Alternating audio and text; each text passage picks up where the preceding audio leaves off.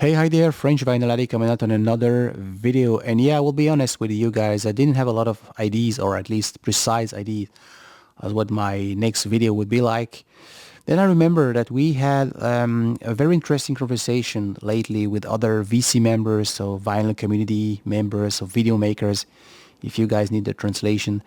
And yeah, we were talking about how important it is to have a strong, or at least good partnership with our local community made of our radio stations, our record store. And then I remember when I got into vinyl, I was very lucky, since I had in my hometown back in the day, I was still living in France, this great store, and I could find some really good treasure, and was introduced with so many bands. So I decided for today's video to do a little bit of homage or tribute to that store. So what I did, I was like cherry picking in my collection a couple of copies I could find in that store, and I will be sharing it with you. So how about that? Ready? Let's go. And yeah, first of all, speaking of that store, it's called Aux Échos du Rock, and it's located in the city of Guebwiller. Very cool and small city in Alsace, so in northeastern part of France, very close to the border with Germany. As you know, I grew up there. And the owner, so the manager, Eric, he's a great guy. He's what we could say in French, he's a personnage. He has a strong personality. He knows about his stuff. He's very active in a way that he's the one who's been organizing or at least a couple of events, such as record shows or record fair in the southern part of Alsace, and very knowledgeable. He knows about his clients too. You know, to give you an example, whenever I was stepping into the store, he was giving me like 2 minutes, then jumping off the seat and saying, "Hey, you should try this. You should to listen to that." And it was always a success. So I was introduced with so many great things. And I'm going to start off with that one, for instance. This is Mitch Ryder in the Detroit Wheels. And I already showed that record for my Vinyl Tag 2024. The question was funk, soul records, and it is really that kind of mood, released in 1966. It has this Motown-ish sound. Well, I don't have the original pressing. This is a release from 2012. So yeah, this is Mitch Ryder and the Detroit Wheels. The next one, or the next three albums I'm going to show, I recently watched a very interesting live stream or exchange. Two fellow members of the French VC, Vinyl Actu.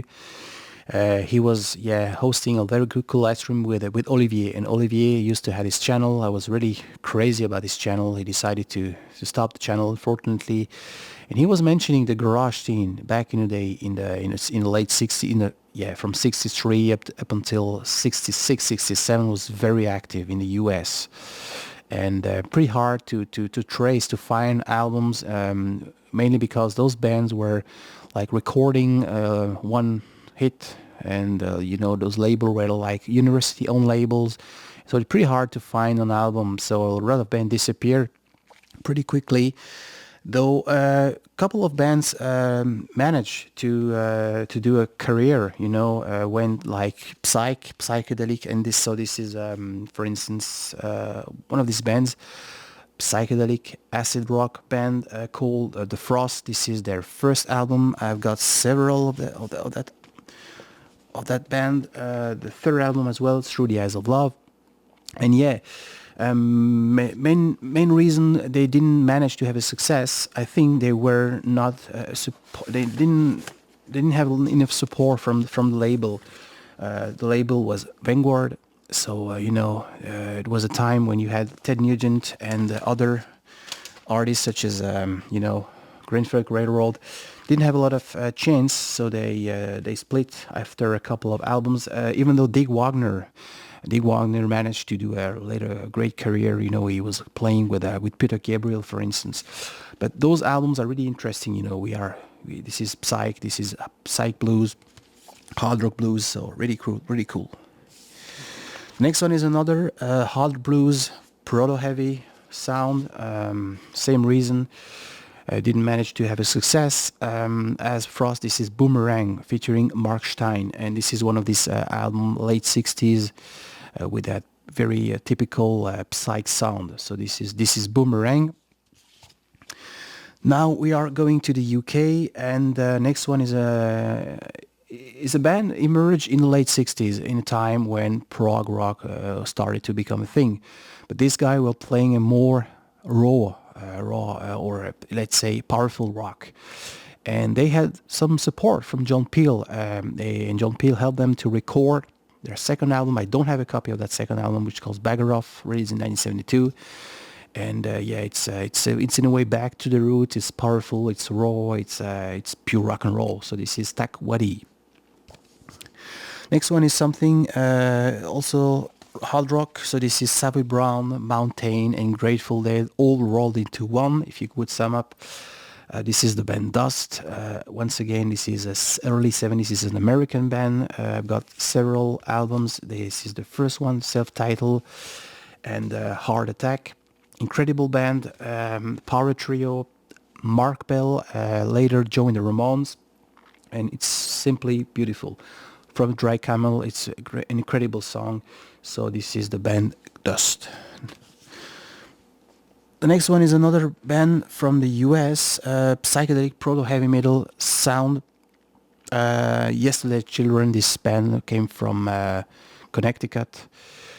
Released only one album back in the day, then split. Did a cover version of Evil Woman, which sounds a bit like the one from Spooky Tooth, even though the singer has this high-pitched screeching voice. It's really interesting.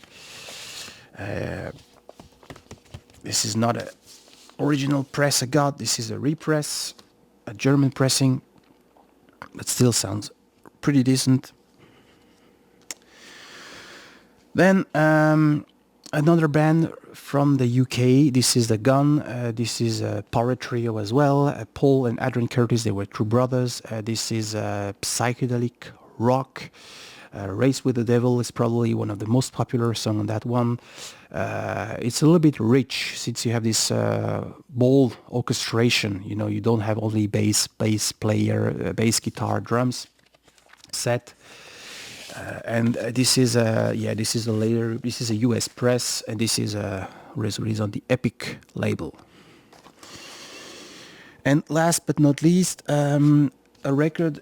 Okay, it's not about Ted Nugent. It's more a project band. And by the way, it doesn't sound as Ted Nugent kind of things. Well, all the things he will be doing later as solo artist.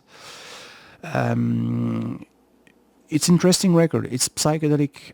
Is released in 1969, and it has like proto-prog, I would say, proto-prog, Oriental, which is pretty funny when you know now Ted Nugent, Oriental and free jazz. It has even free jazz elements on that one. I just listened to that record five minutes ago, and it's really interesting. Released in 1969.